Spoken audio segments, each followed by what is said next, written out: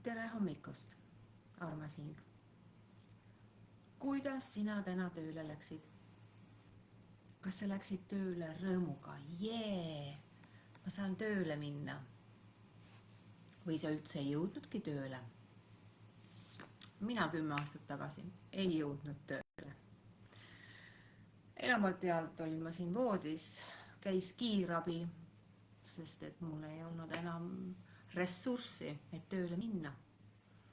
Täna ma olen sellest olukorrast välja tulnud ja kutsun kõiki, kes siis tahavad tulla koolitusele, töötuppa õigemini, mis toimub juba esmaspäeval, väsimus, eelmäng läbipõlemisele. Oleks mina oma keha varem kuulanud, poleks pidanud ma seda traalivaalit läbi tegema, aga ma ei kuulanud oma keha. Nii et väsimus on esimene märk, kui sina täna, armas hing, tunned, et sa reede hommikul enam tõusta ei jõua ja tunned, et midagi on sinu sees valesti. Tõde on see, et midagi sinu sees pole valesti. Sa lihtsalt pole kuulanud ennast, sa oled iseenda hooletusse jätnud. Sa ei ole teadlik olnud, kuidas päris elu käib. Sa oled elanud seda elu, mida kõik sinu esivanemad on elanud ja sa ei teagi üldse, milline see sinu enda elu on. Nii et mina olen täna selles kohas, kus ma elan oma elu ja olen oma teerajal ja näitan kõigile teistele inimestele samamoodi, kuidas sinnani jõuda.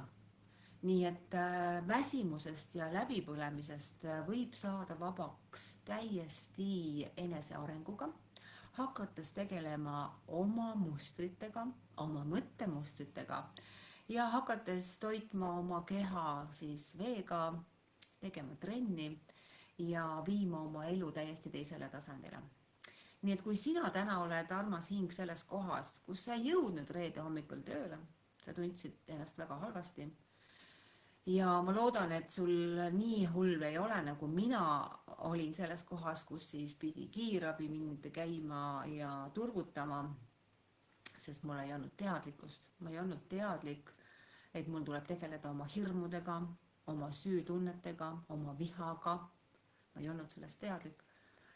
Õnneks ärkasin ma ülesse, sest tänu kiirabi arstile, kes ütles, et äkki te hakkate hoopis tegelema oma tunnetega.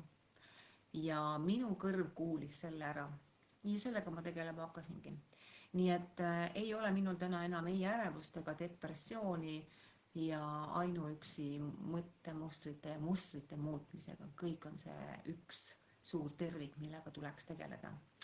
Nii et aga kui sina täna oled veel väsinud ja sul ei ole eluenergiat, sul ei ole seda powerit, et minna tööle ja teha seda tööd, mida sa armastad, siis juba esmaspäeval on sul võimalik tulla tasuta minu töötuppa, kus ma räägin sulle, millised mustrid siis võtavad ära elujõu ja milliste mustritega me üldse elamegi.